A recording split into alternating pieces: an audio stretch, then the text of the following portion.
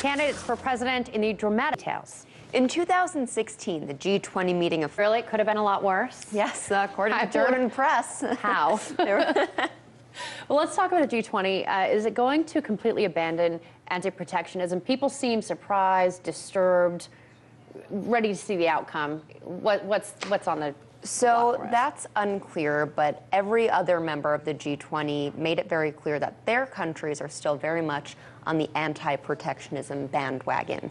Who knows what the meeting of finance ministers will look like next year, depending on how elections go in Germany and in France. There could be more leaders that actually agree with Mnuchin than disagree, but it also could be the total opposite. Maybe even more people will disagree with him next year. But it's just important to remember that this was his first meeting with all the other leaders from G20 nations. And they didn't want to go in and fight. They said, let's go in, he can give his piece, and we'll try to be as constructive as possible. They didn't walk out with any new deals, but they weren't at each other's throats either. Yeah, so I guess it's somewhat of a win. They can afford to fight, and that populist sentiment is having a big impact on this. Now, we understand climate change was left out. You think people have issues that are kind of hitting closer to home, kitchen table issues that they want to address, not climate change? Is that why? Well, just like protectionism, climate change was dropped from their statement. There's no mention of it at all. And last year, if you remember, they were actually discussing ratifying parts of the Paris Agreement, which of course is meant to combat climate change. I think at the end of the day, Mnuchin was just trying to represent Trump very well, and they finally and you're not going to get a lot of climate change. Yes, right? Exactly. Just like protectionism, it's the same thing. And I think the rest of the leaders were realizing, Trump is not all talk on some of these policy issues. He means business, and we're going to actually have to confront them. All right. Thank you very much. Boom bust, Bianca Fascini. Enterprise Institute, $1.88 trillion were wasted in economic productivity for businesses and higher prices for Americans in 2014. That's about $15,000 for every household. So how much do consumer laws actually protect U.S. consumers, and how much actually overrides us?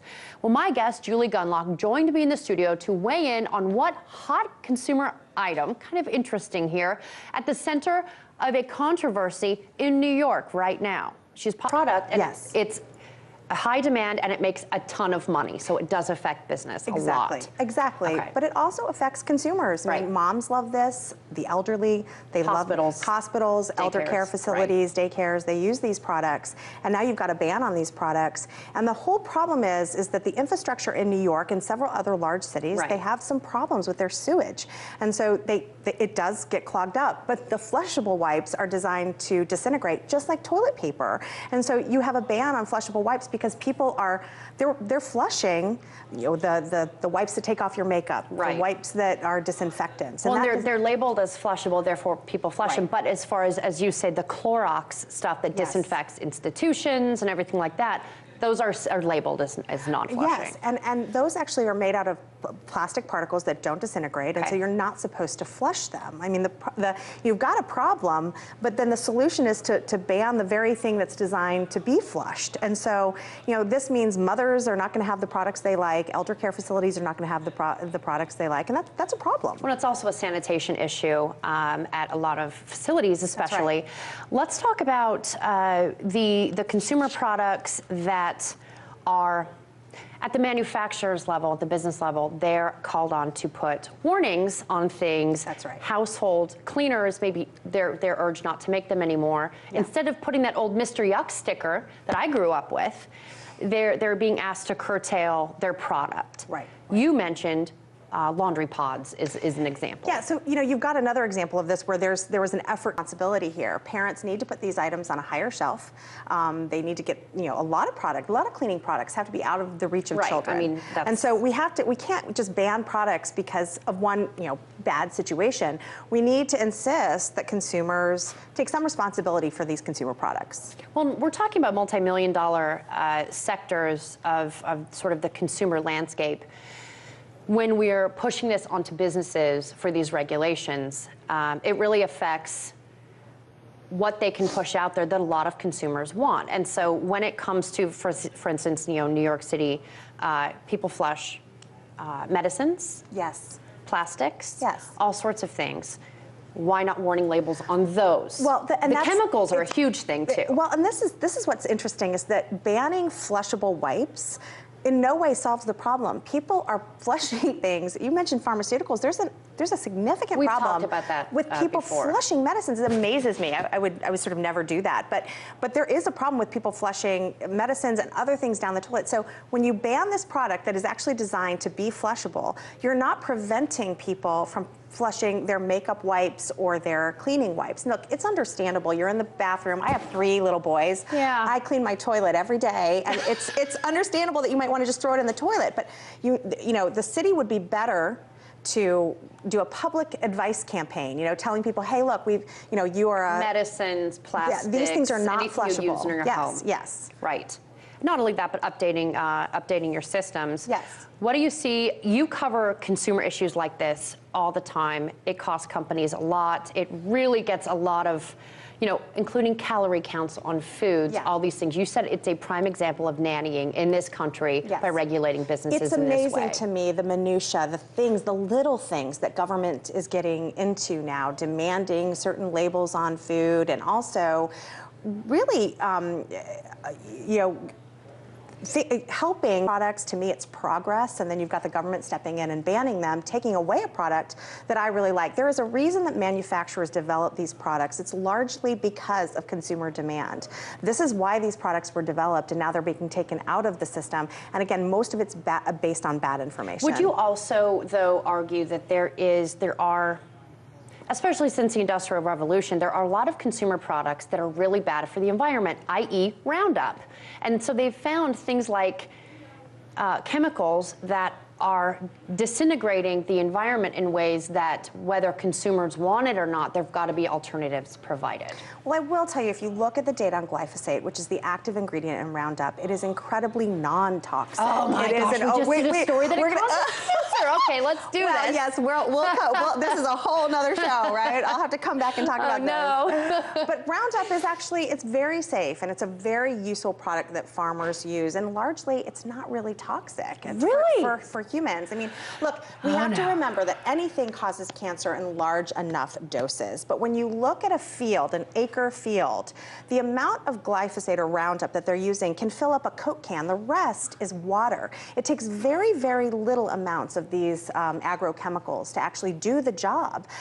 So again, yes, I know we that. We can talk about that another time. There's plenty, though, that we do agree on. We do agree, with absolutely. the coming down on corporations. But I do also think corporations. that manufacturers and corporations are often vilified, and I think, look, they don't want to harm their consumers. They do a tremendous amount of safety testing on their products before they make it to market. It is in their interest to avoid any kind of lawsuit. If they harm someone, it could mean billions. It could mean the end of their business. So you do agree on watchdogs? Oh, I do. I think that we do need these things, and I think that we need to ensure that corporations know that they are responsible for consumers and for their products being safe. But I think this idea that you sort of see this out there on mommy blogs and other blogs that that the supermarket is filled with these toxic ingredients and toxic products is kind of silly. I agree with you. I mean, we can have a healthy discussion about this, but I think a lot of people agree that it's when it comes to sort of the nanny state on us as Americans wanting our freedom, it does get a little ridiculous. It does. It does. And again, let's not forget, we have the government actually getting involved in what toilet paper we use. I mean, this is kind of right. It is a little freaky. Right.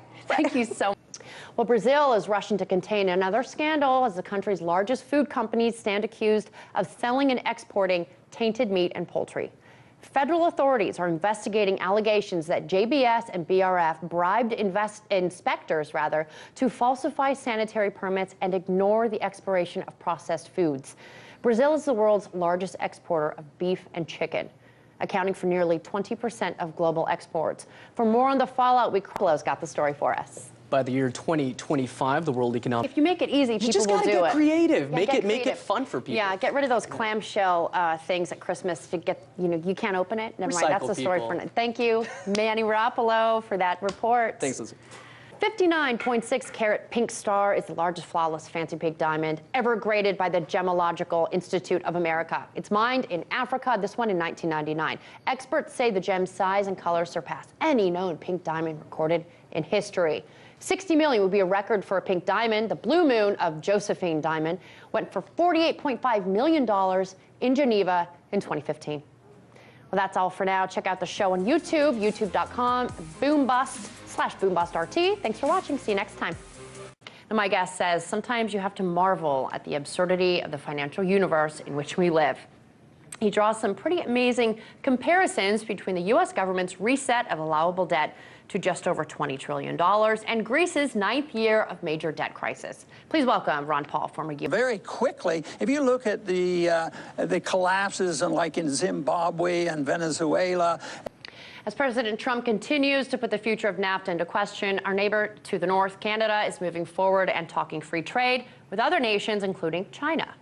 Although polls show Canadians are split on the idea of working closer with that country, the two nations are moving ahead with a round of meetings scheduled later this week. RT's Alex Mihailovich is in Toronto. Manuel Rapolo. Hi, Lindsay. Yeah, let's start with this term. $25,000 by the time you're 30? Yes. Are they crazy? How are you supposed to get that money? You're making $25,000 until you're 30. Yeah, nowadays. Yeah, basically, even that's if you the live on problem. mom's couch, that's not happening. You still got to buy your groceries in order to live on the couch. Millennials having a hard time saving. Employers are cutting the employer-sponsored plans. I mean, it's changed, right? Yeah. So millennials have face a lot of challenges that other generations don't have to face. They're making less than their parents did when they were their age, particularly for those who graduated in 2008 during the Great Recession. Their earnings potential dropped significantly. They'll never make as much as their parents did for the most part. We know housing and renting costs have jumped in combination with student debt. Millennials have a lot of other issues to think about before even considering what their retirement plan is going to look like. Yeah, get that side gig, everybody. Good heavens. Boom Bust, Bianca Foschini, thank you very much for that. Well, it was a heist you only see in the movies. Spectacular.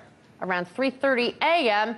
in a Berlin museum, a unique coin called the Big Maple Leaf was stolen. Get a load of these stats. With a face value of $1 million, it's got a market value estimated at $4 million.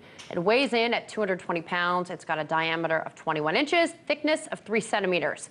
It's in the Guinness Book of World Records for its unsurpassed purity. Now, as the story goes, the thieves set up a ladder from an adjacent tram track to break in, crawled across it. When the ladder was found later, it stopped rail service. No one's got any idea of how the burglars avoided setting off the state-of-the-art alarms with the coin in tow. Hopefully, we'll find out when it's made into a movie. That's all for now, everybody. Check out the show, youtube.com/BoomBustRT. Thanks for watching. See you